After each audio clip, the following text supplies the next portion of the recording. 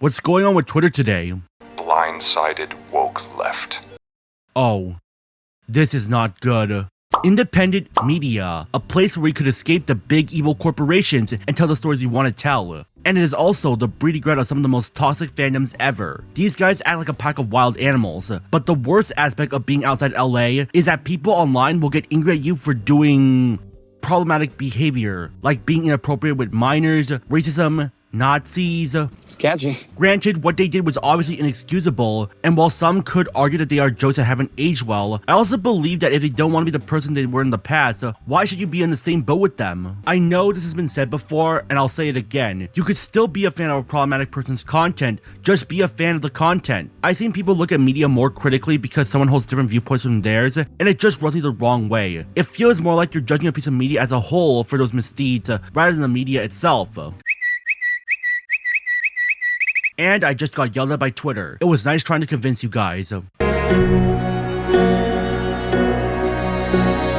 But in all serious, most of the time, when a celebrity, both online and in Hollywood, gets cancelled, they end up leaving the spotlight, likely for good. But hold on, cancellation? What does it mean for a celebrity to be cancelled? Cancel culture is nothing new. It's just a revised term for a boycott or a refusal of service at an establishment. Sometimes, if you're part of the religious side, you could be excommunicated from your place of worship. No one wants to associate with you, and you die alone. But then the internet arrives. Most people just use the internet for information or for their entertainment to this very day, but then social media arrives, and while it took the world by storm, it also brought with it call-out culture. You really think someone would do that? Just go on the internet and tell lies? Among the very first celebrities that were cancelled was Harvey Weinstein, who was accused of sexual abuse by over 80 women. But a person like Harvey Weinstein became a catalyst for future cancelled celebrities. I gave a very Cliff Notes version of cancel culture, but that's all there is. Someone famous does something terrible, people call them out, and they leave the spotlight. But my bigger interest in these cancellations is what the canceled person is up to today. Like, where do they go after they get cancelled? Do they just leave the country? Ellen DeGeneres is a crowning example. Ellen DeGeneres should be a case example of a canceled celebrity who's been hated so much that she left the place that we call the land of the free and settled in a small English village. For further context, Ellen DeGeneres is an actress known for her best known role, that one episode that aired back in 1989 from a show you never heard of called Duet. But she rose to prominence as an openly gay bookstore owner in the show Ellen. I'm gay. Now remember, being openly gay in 1997 was like saying that you liked Chippendale Rescue Rangers from Akiva Schaffer. You were called retarded. Nothing is sacred in this part of town. Parental advisory warnings have been placed on every episode since, and with declining ratings since coming out of the closet, put an end to her career. Except that it didn't. By 2003, Ellen had a turnaround. Everyone knows Finding Nemo. Just keep swimming, swimming. Everyone knows how she got away with attention playing an anterograde amnesic blue tank called Dory. Everyone knows her even more as the talk show host Ellen on The Ellen DeGeneres Show. The Ellen DeGeneres Show is a daytime talk show hosted by Ellen DeGeneres. This talk show would consist of celebrity interviews both in the cinema and in the theater. These things are separate, trust me, along with musicians or random civilians because Ellen wanted to interview them. It would be followed by jokes, games, pranks, skits, and dancing. It would run for 19 years and would win 63 daytime Emmys and be nominated for 171 more. High ratings and the simple act of being kind to one another are what kept the show afloat. But then 2020 came in. How would Ellen DeGeneres cope with the looming threat of the pandemic? Well, this is like being in jail, is what it is. It's mostly because I've been wearing the same clothes for 10 days and everyone in here is gay. Pop the bubble! No, you can't! Obviously, it's an insensitive remark. People make mistakes, but is it really a mistake for people who are struggling with COVID and this rich lesbian compares isolation in her luxurious accommodations to a federal prison? At best, it's being out of touch, and at worst, it comes as a lack of sympathy for people who are struggling, which is not a good look if you portray yourself as a kind and caring individual. And it didn't help matters further when comedian Kevin T. Porter of the Gilmore Guys came out with a tweet promising to donate $2 to the LA Food Bank for every mean story of Ellen DeGenerate. This was all it took. Ooh, that's kind of a little. Now, some people exaggerate about Ellen killing their cousin. There are a good number of comments offering very plausible cases of Ellen mistreating her staff, and even more disturbing allegations that she was a misandrous lesbian. There were even more reports that her marriage to her wife, Portia de Rossi, was toxic, although granted, they were simply just that. allegations. The allegations kept piling on, forcing Warner Brothers, the show's distributor, to file an investigation. 3 executives were dismissed, and Ellen issued an apology to her fans, although it didn't really win over everyone. Oh, please suck your dick, please! And it also didn't help that she announced a preschool show called Little Ellen right after, when people were recovering from these allegations. It comes off as tone deaf at best and absolutely grifting at worst. It also didn't help that it was canceled after 2 seasons, with 2 unfinished seasons never seeing the light of day. Finally, a stand-up comedy special was released on Netflix. It also doesn't help that it goes on for 70 minutes to people who refuse to forgive her, which is understandable to them because if you portray yourself as a kind and caring person, but are actually mean behind the scenes, people are gonna have a hard time forgiving you. It also doesn't help that she said she was kicked out of the show business. Oh yeah, I got kicked out of show business. And to those who hate her now, it comes off as a diversionary tactic, a typical sorry not sorry. Where do I stand with this? Obviously what Ellen did was inexcusable, and leaving the Hollywood bubble may be a good move for her. I also feel like sending Ellen death threats is too much. The sad part is, I can't convince everyone in the world to stop sending her death threats, especially the people who have connections with her, and either have no knowledge of her actions, or are willing to defend her because she's their friend, and someone has to stand up to her. Well, let's just say that after she and Portia moved to Cotswold, UK, neighbors, likely aware of their reputation, don't want to associate with them, and they spiraled out of relevancy since. The official Ellen DeGeneres YouTube channel gets a pitiful amount of views compared to when the channel was at its peak. Normally, this is where the story should have ended, but that's not the fish tank. Just this April of 2026, it was announced that a new short in the Finding Nemo franchise was under development. And who did they bring in as Dory? Jennifer Hale? No, it's Ellen DeGeneres, so you can imagine the public going haywire. And that's it. That was the most recent update we have of her, making a comeback to a popular role. Part of me feels glad she's returning to acting, especially for something from Pixar. Hey, Mr. Grumpy Gills. But you gotta remember that Ellen is seen up in the public now. It's up to them whether they can forgive her. But have you ever seen an actor try to make a comeback and end up failing? That's our next case with Kevin Spacey. Kevin Spacey is an American actor known for winning 2 Academy Awards in The Usual Suspects and American Beauty. He's also known for being Lex Luthor in Superman and Hopper in A Bug's Life. You also know him for being in this video. Turn around and walk away from here before it's too fucking late! Yeah, so a quick recap to viewers who have not seen it, although I would recommend you that you watch that video first before watching this one. Kevin Spacey was a beloved actor who was set to return for the 6th season of his newest show, House of Cards, but then he got into hot water in 2017. Multiple men came forward, most notably Anthony Rapp, stating that Kevin Spacey was inappropriate to them. Kevin Spacey's response? I am gay, and I am a boy kisser. And with that, Hollywood said no. Netflix dropped him out of House of Cards, movies were reshot or outright canceled starring him, and he's been in Pariah since. It also didn't help that when he came out as gay after being accused by Anthony Rapp, various gay celebrities wanted nothing to do with him. He also may not have helped his case by saying Anthony Rapp was jealous of Kevin's success, which is why he would accuse Spacey of misconduct. I am not kidding. While some individuals root their anger in terms of jealousy for the other party, you can't really say that when other individuals have come forward with their negative experience with you. Are they all jealous of your own success? Regardless of that, Kevin Spacey is homeless, for a lack of a better term, from these allegations, living in Airbnbs and hotel rooms while also working as a lounge singer and going to where the work is. Yes, he has denied these claims, and it's all a case of he said, he said. It also didn't help that a majority of those works he's in since House of Cards were bad. Confession is good for the soul? Look at this fool looking at one of his recent films. Currently, as I said earlier, Kevin Spacey is going to where the work is. He is directing a movie called Hologuards, The Portal of Force. New updates have come out since my first video on the man who was John Doe. And oh boy is it big. A poster for Hologuards was released featuring Kevin Spacey and several actors who would appear in the film. You have Kevin Spacey, Discount Osama Bin Laden, some Indian woman, Negasonic Teenage Warhead, I think, and He-Man. You know, I missed this, but the talent behind Hologuards lies with its producers. Enter Elvira Patterson, a Ukrainian businesswoman who served as a producer for this film. She also has ties to a crypto scammer in Russia. Said scammer was also alleged to have a hand in writing and producing this movie as well. Neither of them was officially charged, but it is surprisingly interesting looking into the story behind the movie rather than the movie itself. You know what they say, grifters never prosper. A movie that looks like a desperate attempt to make a comeback becomes connected to crypto. What are the odds? If only America had a similar story it wants to tell. While coming out as gay earned him the ire of the LGBT crowd, what also rejected Kevin was the conservative side. It should come as no surprise that conservatives tend to refuse people coming out of the closet. They live a life of sin after all. Wait a second, a life of sin? Isn't that the Christian stuff that conservatives are taught in Sunday school or some shit? Don't some people turn to Christianity to cope with their traumas like ruin euphoria? Basically, the Bible says that being gay is a sin to them. So Kevin Spacey can't turn to that, even when his father was alleged to be a neo-Nazi. But you know who did turn to Christianity to cope with his problems? The guy behind the Loud House. I love you, Jesus. Chris Savino is an animator with quite the portfolio. Ren and Stimpy, Rocco's Modern Life, Hey Arnold, Dexter's Laboratory, Powerpuff Girls, and he was the creator of The Loud House. We could go on about the fanbase of The Loud House and how it housed 1,000 ships that sank at once, but I'm not going into all of that.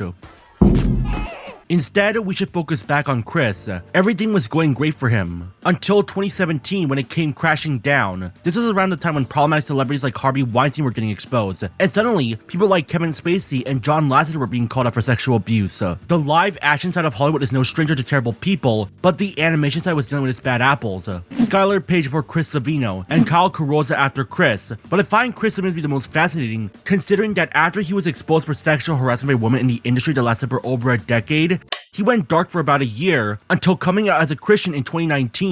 But since then, Chris Savino continued to write, starting with Cole, A Cautionary Christmas Tale on Amazon, followed by Bigfoot and Grey, and Four Brothers. While Chris Savino was trying to make a comeback, it wasn't until 2022 that he got attention again when a conservative streaming service called Lord TV announced Busted Bible Stories, an animated short series similar to Brocky and Bullwinkle's Fractured Fairy Tales. Think of it like Shrek and its fairy tales, but make it more biblical. That's Busted Bible Stories. All we have to do is cross out words like baby and darling and replace them with Jesus. Probably would cater to conservative Gen X and Y and some Z people. It got James Arnold Taylor to do some voices. Sounds pretty good, doesn't it? No. Except that by this point, the public still rejected Chris Savino, and it's hard not to see why. With the backlash piling up, it would make perfect sense to come out and respond in a kind and assuring manner. Now we need to forget it's from God. They say in one of their tweets that the gospel not only forgives, it restores and redeems. To the woke mob, go suck a rainbow. Shut the fuck up, bitch. I have a gun and I will shoot you. And the Gen Z crowd went ballistic. Nothing was heard from the show since, and it was likely quietly canceled following its reveal, and then everyone forgot about it for a year. What was his name again? I forget. Until 2023, his LinkedIn profile revealed that he became the owner of an entertainment company called Good Fruit, which offers Christian content for all ages. But he later gained further attention when Lord TV announced that he had joined its advisory board, which didn't go over well with the public, especially if Lord says how God will forgive you of your sins. While Chris has remained on the board since, he has branched out into other conservative outlets. If you're not an activist for the preferred cause, then good luck. He reappeared in a podcast about how coming out as a Christian has kept him sober for 6 years. He worked on a comic strip about a mouse Christian family called the Mises. He also drew an animatic of Captain Crunch. Crew, hoist the mizzen! If I hadn't known who boarded this would have been pretty talented work. On its own right, the animatic is fine, just not something you would watch if it were done by Chris Savino. Here's the $5 I owe ya. But since then, Chris has kept a quiet profile. But that's not how the story of a beloved cartoonist ends. Just recently, coming in fall of 2026, it was announced that Chris Savino would work on a comic book series called Bible Thumpers. He drew the cover variant of the second issue. This is by far the most notable outlet Chris has worked on, and I have not seen anyone talk about this man. Although mainly that's because they only covered events up to 2023. Bible Thumpers is a Kickstarter page that opens with, and I quote, "Greetings sinners, are we all the devil's child?" Going on wacky adventures to spread the gospel of Jesus Christ. Remember when the indie animation community put aside their differences to hate on this thing? Now, we should redirect our hatred to this sin on the earth. Also, does the premise of the angel spreading mayhem through the power of the Lord and driving Satan nuts sounds like a Christian ripoff of Animaniacs? Even the fonts look similar. Picture VeggieTales meets Looney Tunes. If they did rip out SpongeBob SquarePants as well, then this is actual justification for disrespecting Steven Hillenburg's legacy. It should also be noted that, besides Chris Savino, the company releasing Bible's numbers got Walter Carzone, whose works include comments on Scooby-Doo, Looney Tunes, Pinky and the Brain, and Animaniacs. You just couldn't let that go. Alongside animator Arturo Esguerra, whose works include Disney Tunes and Sesame Street, alongside a voice actress from Super Y, this was a complete failure in the making. Oh, well. Yet, strangely enough, the comic book is still under development as of the making of this video, but the creator of Bible's numbers has been using generative AI to announce his next project, Praise! That's it. The title is just Praise. He typed Spider-Verse meets Zootopia and Christianity Problem in ChatGPT, and this is what gets him. Is that one of the Ninja Turtles? We also have the creator trying to get Elon Musk and Liz of TikTok to notice him, as they did with the new norm. Yeah, it's doomed to fail. Complain about that chimp pilot show all you want, but this is the thing we should fear. Christ. For now, while Chris Savino is still using his Christian beliefs to believe that he could one day achieve the success he once had, it's unlikely that he would reach the same level as the Loud House. I take responsibility. Animators want nothing to do with him. The public wants nothing to do with him. And from an outsider perspective, it may be karma. At the end of the day, this abuse is serious and we shouldn't forget that. But what if we didn't rely on Christian beliefs? What if we just turned to a conservative outlet, like with Jonathan Majors? This man had it all. Jonathan Majors came from a dark place. Open up your daughter's candy. Coming from a dark place that had residents wear ankle monitors because they were either drug dealers or murderers. He even got into criminal activity himself, being charged for shoplifting and suspended for fighting, being kicked out of his house and living in a car while working 2 jobs to keep himself afloat. Jonathan Majors found solace in theater and cites Heath Ledger's Joker as an inspiration to him. He did have major roles for some lesser-known films like Captive State and The Last Black Man in San Francisco, but it wasn't until 2021 that he portrayed He Who Remains in Marvel's Loki. Well, guess what? That variant later became King the Conqueror in Ant-Man 3. With that, Jonathan Majors had a whole slew of studios lined up to work with him. Devotion and Creed 3 were shining examples. But then a call happened. In March of 2023, Jonathan Majors saw his ex on the floor. Quickly, he calls 911, but as emergency services arrive, they discovered that Jonathan's ex, Grace Jabari, didn't have a history of violence. But you know who did have a history of violence? Jonathan Majors. No! Jonathan Majors was alleged to have physically assaulted Grace over text messages with another woman. In a separate set of text messages in September of 2022, Majors appeared to have admitted to abusing Grace. Previously, they were said to be inadmissible to the court, as it's very easy to fake text messages. But then it was released for the world to see, and the world turned against this man. We owe you nothing! We know what you did! The United States Army, which had recruited Majors in commercials encouraging recruits to enlist, stated that while they believed that Majors was innocent until proven guilty, they had to remain prudent until the allegations are complete. His talent agency dropped him, his PR firm, the lead company, fired him, and several roles in films he was going to star in had to be recast or shipped to other distributors. The Man in My Basement kicked Majors out and replaced him with Corey Hawkins. He was blipped out of the Marvel Cinematic Universe as Kang and replaced by Doom. His NBA biopic, which has him star as Chicago Bulls Dennis Rodman, dropped the ball. Another biopic, Otis and Zelma, was going to have to star as Otis, but he was replaced by John Boyega. The psychological drama magazine Dreams was shipped from Searchlight Pictures to Briarcliff Entertainment. While the entertainment side of Hollywood distanced itself from King the Conqueror, the legal proceedings continued. Majors has maintained that he remains innocent of the abuse. His lawyers called it a witch hunt and claimed the victim was making up the case. It was also at this time that several others came forward claiming that Majors was abusive to them. At one point, the Rolling Stone reported that Majors' abuse dated all the way back to 2013 when he was attending Yale University around that time, and it continued with Magazine Dreams when he was alleged to have pushed one crew member on set and another whom he screamed at. More allegations of his abuse continue to be reported by sites like The Vulture and Vox. Majors, of course, denied the abuse, and it all came to a head by December 18th, 2023. By this point, Majors was concerned about his reputation, and the jury found him guilty of 1 misdemeanor charge of reckless assault and a harassment violation. The sentencing is set for February 6, 2024. He was not found guilty of intentional assault in the 3rd degree and aggravated harassment in the 2nd degree, but the sentencing was postponed to April 8, 2024, after post-conviction motions filed by his lawyers, and then when that date approached, Majors was given a 52-week domestic violence intervention program probation and a $250 fine instead of jail time. With that, the case was settled. Majors was a monster. Majors spoke out since his conviction at the Hollywood Unlocked Impact Awards at the Beverly Hills Hilton Hotel in Los Angeles on June 21st, 2024. He says, "We live in a world where men, black men in particular, are prodded up as either superheroes or supervillains, but I come to realize, me personally, I ain't none of that." He continued, "I'm imperfect, I have shortcomings, I acknowledge them, I love my craft." Then November rolled around, with his announcement of his engagement to Megan Good, and they married on March 19th, 2025. As for Major's film status, he remained under the radar, being cast in lesser known films, such as an action thriller called True Threat, a movie about a special forces operative who must avenge the death of his son from gang members, very original right there, and being cast in another revenge thriller, Merciless, from the brother of Denis Villeneuve. I'm Martin Villeneuve. I wrote, directed, and produced the film. But what brought Majors back into the spotlight was when he was announced to star in a film for the conservative outlet The Daily Wire. Yes, that Daily Wire founded by Jeremy Boring and Ben Shapiro. Just balls to the wall awesome. It is great. What's even crazier is that the movie Jonathan Majors is starring in is serving as a standalone sequel to Daily Wire's previous film, Run, Hide, Fight, an action thriller about a teenager having to fight against school shooters. That film has its own behind-the-scenes issues like the killing of a live deer on camera and hiring a predator who would later be convicted of coercing a 16-year-old girl, but I want to focus on the Jonathan Majors part. How depressing it is when your only notable aspect about this movie is the fact that it stars Sidney Prescott's daughter.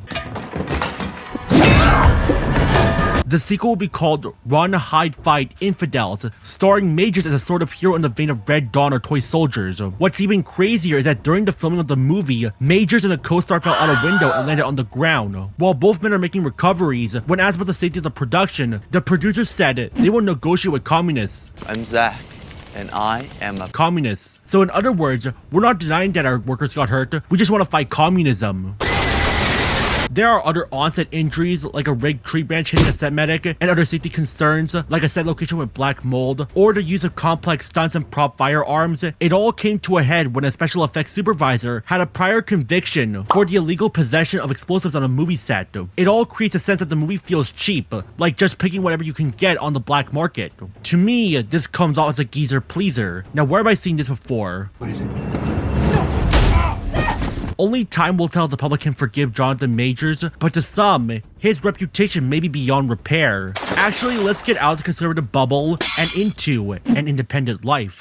I'm gonna go put on something more comfortable. I normally would not get into independent media. I've seen the fanbase act more toxic than the very big studios they oppose. Maybe the creations they make might be good. Who knows? Maybe I might be biased, but I'm gonna do my own thing. Hey! You can still make your own projects. I wish to make mine as well. But what has happened on Twitter over the past few days as I'm making this video has gotten so out of control that I couldn't just ignore this. To start, leaks of a popular indie show came out, and Twitter went ballistic. Before that, old strings resurfaced, revealing that several voice actors said words close to the N-word and that some people had to join in. Then there were allegations of poor working conditions brought by former members of an indie studio. Well, to me, did it become the very thing he swore to be against? Kind of reminds me of Animal Farm. Before you send pitchforks to me, almost all of the problems rely on the fanbase and not the company or media itself. The fanbase can create amazing fan work, and one fan in particular is JakeNerdTron. Just a little sodium chloride. JakeNerdTron is an animator like Chris Savino who makes content based on popular media, such as Inside Out 2, Steven Universe, Adventure Time, Moon Girl, Epic Mickey, and a whole host of independent pieces of work. Interesting. I haven't watched a single piece of work from him, but when word comes out that you were associated with another artist who drew Nazi art to a queer-friendly community, it looks bad to your fan base. It also didn't help that apparently this artist, Kitten Sneeze, accused JakeNerdTron of grooming. She has retracted those statements, and now finally, we can get along. JakeNerdTron and Kitten Sneeze were outed for downplaying a victim alleged abuse. And Jake apparently drew sexual art of minors on his Discord server. You know, maybe we should just nuke everything. Jake responded that he was 19, drew the sketch as a joke, and didn't understand the situation. However, people rejected Jake, as they did with Kevin Spacey and Chris Savino. He was an adult. Even when he claimed he was 19, he was still associated with a friend who still drew Nazis. With that, JakeNerdTron left the internet along with Kitten Sneeze. Actually, scratch that. Kitten Sneeze is still uploading on her YouTube and TikTok, and JakeNerdTron said in a recent post that came out while writing the script that he will return in the future. And return, he did. Yep, it's another mid-editing update. JakeNerdTron uploaded a song without bringing up his actions. Only time will tell if Jake will address being over the age of consent. By this point, most of the independent media was in shambles. Where do I stand with this? By staying out of it or remaining a casual observer. Some of the worst people could obviously take schadenfreude this black man ruining his career. I just stay out of it.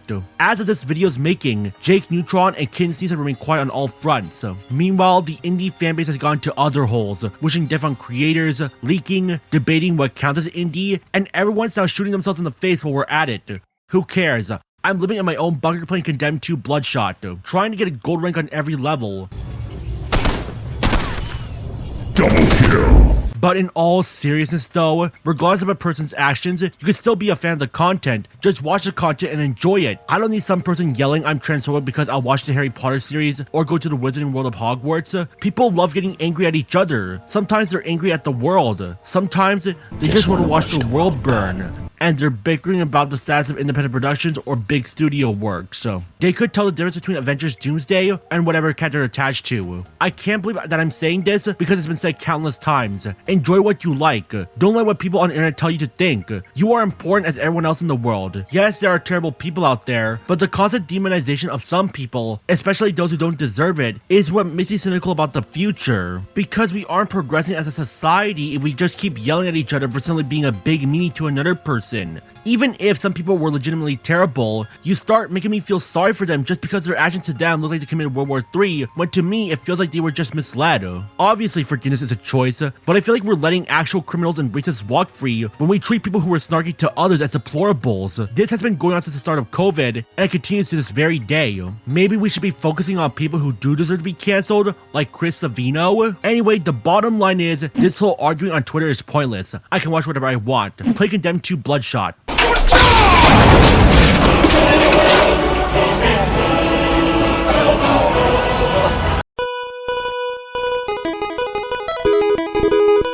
Let's go back to Hollywood. Armie Whammer. Armie Whammer is an actor you may know for playing the twins in The Social Network. Whoops. Broke a 335-year-old doorknob. He had a winning streak. The Man from U.N.C.L.E., Call Me By Your Name, Cars 3. But then came The Lone Ranger. But that's to be expected for a bomb about this big. But regardless, Armie was getting back on track with Death on Denial. And then he had a cannibal fetish. You dumb motherfuckers! Yeah, this was bones and all before the film came out. Armie did have a criminal history, but marijuana found in a car isn't gonna get you cancelled. You know what does amount to bizarre behavior to an outsider? On a deleted podcast, Armie stated to have a fondness for being nude, which may be attractive to some people, but it's not gonna woo every lady or man. And why did I say every lady or man? In another deleted podcast, Armie also stated that he tried hooking with gay men, but couldn't get aroused doing so. He's so big! But you wanna know what got the cancel culture aroused? In January of 2021, an anonymous Instagram account leaked DMs the actor had with several women. Armie has denied this. Remember, this is all a case of he said, she said. Then, one of his exes claims that Armie had carved his initials on her lower hip. Armie has still denied these claims. Then more accusations followed. A woman accused him of raping her in 2017, and 2 other women would accuse Armie of having a cannibalistic fetish. He said to me he wants to break my rib and barbecue and eat it, says Courtney Vukovic, one of the accusers, who later had to attend a PTSD program. With that, Armie Whammer had various studios remove him from their projects, most notably Shotgun Wedding, a diehard in a wedding film that had him star alongside Jennifer Lopez. While the movie business hammered him in, the LAPD investigation continued. Whammer has still denied these allegations. People hated me my whole life for being a bad guy. All of this was documented in a 2022 miniseries called House of Whammer, which details the allegations involving him. Then, Whammer broke the silence in February of 2023. Still denying the allegations, he did admit that he was in a dark place. He stated that he was abused by a pastor when he was 13, and that led him to his interest in BDSM. Eventually, the case was dismissed due to a lack of evidence. Armie returned to his career in 2024. His most notable project since then was a film called The Dark Knight, until Warner Bros. Sent a cease and desist over using the real title of The Dark Knight, so now the title is Citizen Vigilante. But what's even more infamous about this curious indie film is the director and writer. It was one credited man, one Uwe Boll. You know what that is? That is the Hollywood Reporter, right? Look at that. Yes, that Uwe Boll that brought us House of the Dead and Alone in the Dark. I am the knight! And looking into Armie Whammer's filmography, he joined the Kevin Spacey trend of going into low-budget films that no broad audience is gonna watch. Strangely for me, the projects are slightly, and I say slightly, very loosely, more interesting to hear about than whatever Kevin Spacey's doing. Although that's mainly because people love ripping Uwe Boll. Something I didn't mention until now is that unlike Kevin Spacey, Armie Whammer did not go to court for these allegations, but he did say that the texts he allegedly posted saying he's 100% a cannibal are misleading and easily taken out of context. While the cannibal part can be debunked, there's also allegations involving his rape that Armie didn't cover. Remember, this is all just allegations and not proven by the court. As much as I want to believe the allegations are true, we can only wait and see if he's actually charged with them. I also, and I cannot stress this enough, want to believe he's innocent. His mother Drew wrote a book called Hammered, which discusses these allegations by speaking to several of Armie's alleged victims. She has not spoken out about it along with Armie for the sake of their families. Anyway, see Citizen Vigilante from Uwe Boll, from the studio that brought you The Murder of Nicole Brown Simpson and Karen, cue it Carnby! Now give me my stone! I don't have your stone, and fuck you anyway!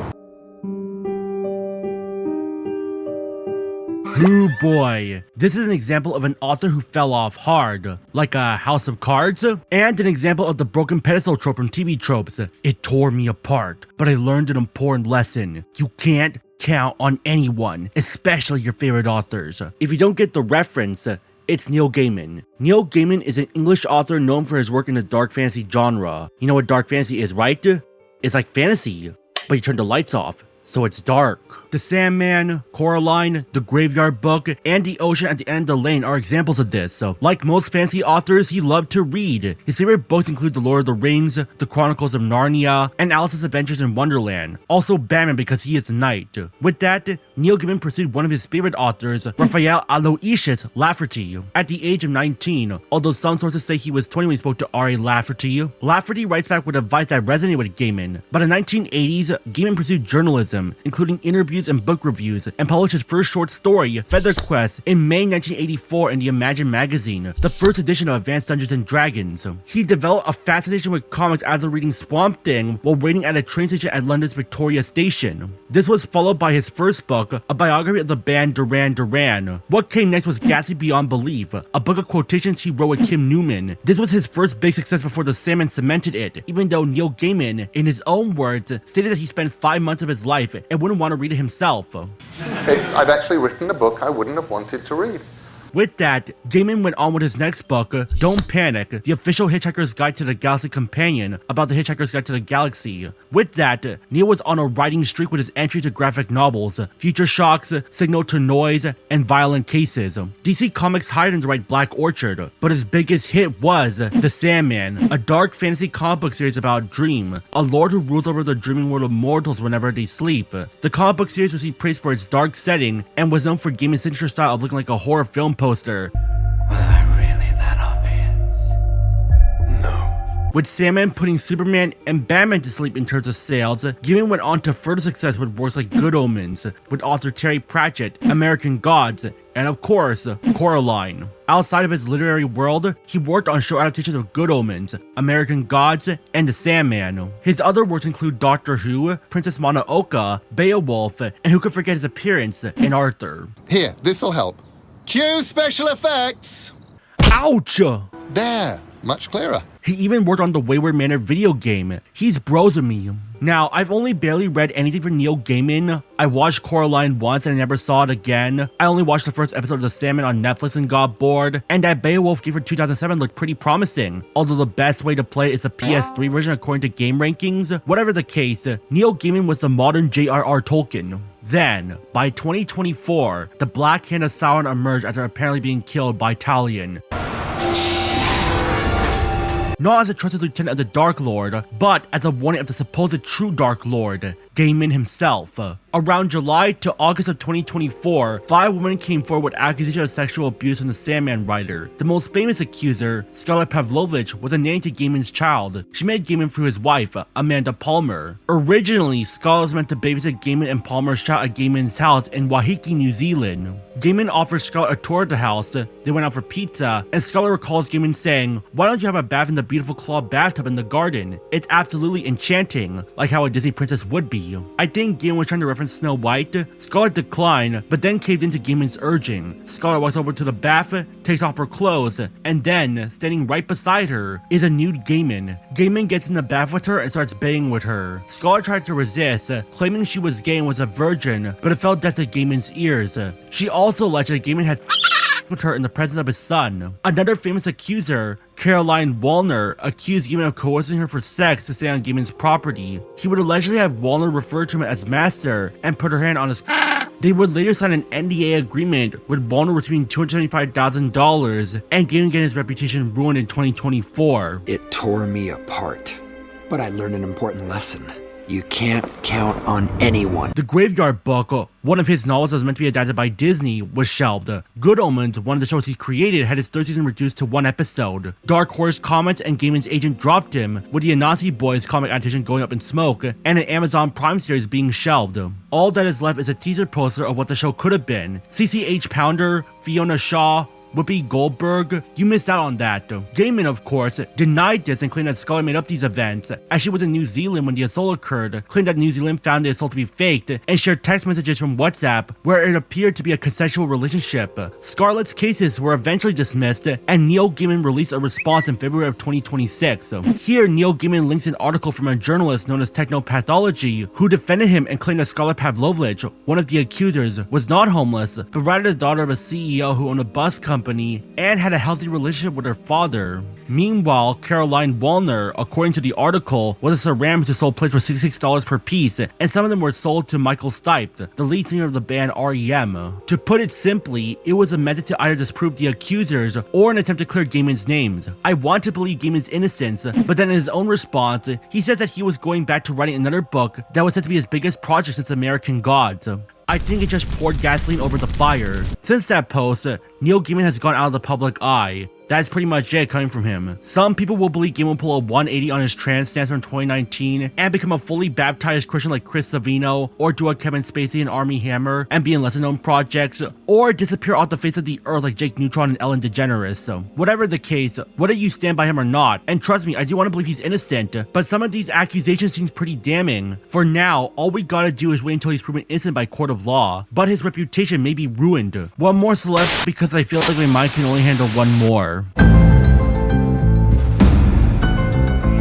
Before we begin this last segment, I want everyone to know that Armie Whammer's new movie, Citizen Vigilante, reloaded just as they finished recording, so this comes off as a mid-editing update. We love this. So Armie Whammer plays a guy named Bruce Wayne, Sanders, according to Wikipedia, but we're just calling him Batman because the original title was The Dark Knight. You're welcome, Bob Kane and Bill Finger. I think most people will see the problem in the first 3 minutes. Yep, it's one of those low-budget action thrillers you find in Walmart. For example, a fade-in happens when it shouldn't have happened for editing. Just cut to the next scene. I could do it with no film experience at all. We also gotta talk about that acting. It probably wouldn't be so effective if you spoke like this. The justice system is corrupt. They cover up their crimes by having parties while the whole world burns in the background. They also let rapists and murderers walk free while the innocent die from their causes. We are taking back what is rightfully ours. So basically, Batman is a vigilante fighting crime as a Dark Knight. That's it. Or the fact that supposedly this movie is a far-right propaganda service. So apparently the crimes are committed by immigrants. A place free from imposed morals or false religions. I'm not going too in-depth with this one, but I will highlight 2 scenes because I cannot get them out of my head. In one scene, Batman goes to a family of migrants and he shoots the son. The son turns out to have participated in a 14-year-old girl. The daughter is also an accomplice, saying she deserved it, and the parents have willingly covered this up. I teach him the values from Quran and these values from our family. Batman forces the son to call his friends who also participate in the and he proceeds to kill them all. Gee, a bit much, don't you think? Wouldn't a simple arrest help? And even if it's supposed to be an action movie, it sucks at it when you compare it to something similar like The Foreigner.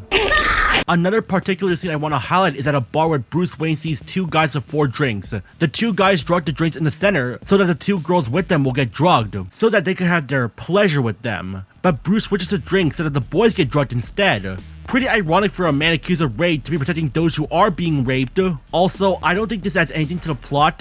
In fact, there is no plot. Let's hope they don't run a toxicology report on your body. This is honestly one of the worst films I've seen in 2026. Its acting is wooden, the action scenes are boring. Like, how do you make the supposedly best scene in the movie where Batman shoots a bunch of SWAT officers while basic stock lobby music plays boring? Fire!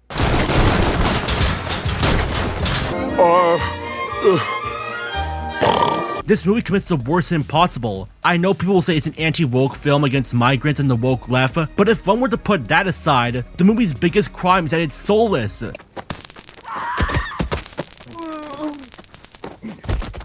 To give you an idea of how soulless it is under a talentless director, I was on my Switch 2 playing Star Fox 2026 during this movie's action scenes. Hey, not cool, Fox. You were in the way, Slippy! You know, there is a movie where a white guy kills a bunch of people who were sex traffickers, and it's a far better movie than Citizen Vigilante. Yeah, it's Taken. Despite the short runtime, it had characters we cared about, an interesting conflict, and a plot. Plus, Liam Neeson's cool as fuck. Watch that instead. But what I do have are a very particular set of skills. This movie puts me to sleep, and having people like Elon Musk gas up as the next thing to fight against the illegals really shows how far we fell at media literacy. If it agrees with your views, then it's art. You know what, Elon? Gas up Bible thumpers next. I want to see it crash and burn in the fire of hell, along with all the cartoon reviewers thanking me for bringing it more attention than normal. If a movie wasn't in your best interest, then how about a video game tie-in? Instead, you will take control, so they will be the victims they never dreamed they ever could be. Yeah. This exists, and it's honestly bewildering in its own right. I think this game could be a separate video on its own if this one gets enough attention, but the bottom line for this game is, why does this FPS game exist if the movie itself is terrible? Also, you gotta love how the developers' work ethic turned out. They made over 20 games throughout the 2020s alone. Now that's epic, coming from at least one game every 3 months. I was so relieved when I saw the credits, and even that was insulting when it said that it was dedicated to the victims of rape that never received justice for their actions. You can make a movie about people being raped and raise awareness of it, but this is not it, Chief, and I would confidently say that I would never watch it again. It's honestly impressive how we got someone from the Social Network all the way down to an Uwe Boll Geezer teaser. Were you satisfied? We could talk about how Uwe would challenge his critics into boxing matches, but we're not gonna risk it. I'm too young to die. It rivals Peter 5'8" level of awfulness and getting a once beloved actor all the way to the bottom of the barrel, where they spiral out of relevance. No! Just like our last celeb. It has been said before, and I'll say it again to people who aren't caught up. Blair Zahn, also known as Illuminati, is a YouTuber dedicated to calling out unethical business practices by PETA, SeaWorld, Autism Speaks, and more. Thanks to her being in the eye of the public, an underdog standing up to a giant corporation, she garnered over 1 million subscribers. Her high-quality editing, brought together by a team of editors, artists, and sponsors, made her more like a business than an underdog. But what if you became the very thing you swore to destroy? Blair had prior missteps, including a high school prank, beef with smaller creators, and mocking another creator who was dealing with mental issues. None of that compared to April 20th, 2023. She called out another YouTuber, Legal Eagle, a lawyer mind you, for copying a highlighter effect that she and her team were using. However, this highlighter effect has been done by several other creators, but then she was found out to have copied from other sources, almost word for word. In 1989, he was caught up in a bizarre lawsuit involving the Food and Drug Administration, which told him he had to stop injecting his autistic child patients with blood products. In 1989, he was caught up in a bizarre lawsuit with the Food and Drug Administration, which told him he had to stop injecting his autistic patients with blood products. Then in 1995, he was suspended from practicing medicine and made to pay a $10,000 fine for his misuse and misprescribing of controlled drugs. Then in 1995, he was suspended from practicing medicine and made to pay a $10,000 fine for his misuse of prescribing controlled drugs. Corporate needs you to find the differences between this picture and this picture. They're the same picture. This led to other creators, The Click, Wonderstruck, Oz Media and One Topic discussing their time with Blair. Blair would manipulate them, with Oz Media and Wonderstruck being the worst offenders. Blair would discredit the clique under her alt, Doobie-Schmerz. She posted Wonderstruck's suicide note. She would send Oz a cease and desist, with the latter saying that Blair had a crypto farm to which she would offer to work for free.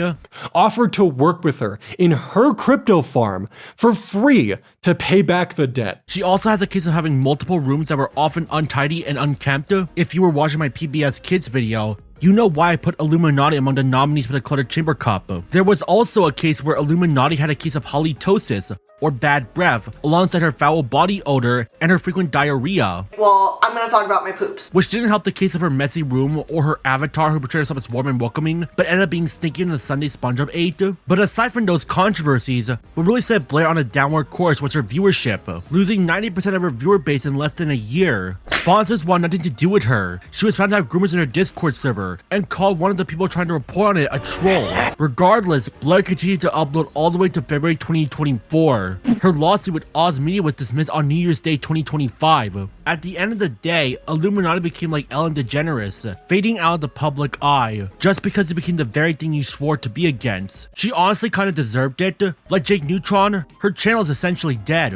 She let her ego get in the way, and it ruined her life. She may be the worst of the entire bunch of canceled celebrities I covered, because her pride became her downfall. Although Creepshow art may have led to a wave of cancellations, Illuminati is Creepshow art dialed up by 300%. In hindsight, since my Creepshow video, I started to realize how pointless most of these cancellations were, aside from the lady herself. I still feel like they could put the pieces back together, but many of them have sprouted out of relevancy. But someone like Illuminati is like how a majority of the people during the art commentary community were, trying to portray themselves as the moral savior. I feel like I should say the age-old term. You can say what a good person should be like, or simply be one.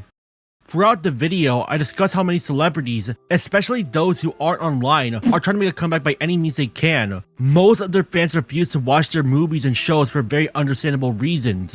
I bet you couldn't even tell the difference. They all look the fucking same. But at the same time, I wonder if the same applies to people who said controversial stuff or enacted violent behavior, like with Liam Neeson or Mark Wahlberg. I'm not saying you can't criticize them for it, but there's a part of me that feels like we are no better than the people we claim to be against. You're acting like these famous people are doing this racist or homophobic behavior now, when there are even worse people out there who can do it without getting any repercussions for their actions and are even rewarded for them. People can grow and change over the course of time. There are reasons we have drug addicts in the real world trying to better themselves, villains who redeem themselves in shows and movies you love. Hell, even the guy who attempted to assassinate Ronald Reagan improving his life. Of course, we have the celebrities who thrive off of the negative attention they get, or have done actions that to many people will seem unforgivable. You're allowed to dislike them. But I also feel like I should clarify, while I don't support what the celebrity did, I can still watch the shows and movies without guilt because I want to watch them. The media itself can be good on its own merits without having to bring up what the creator or actors did.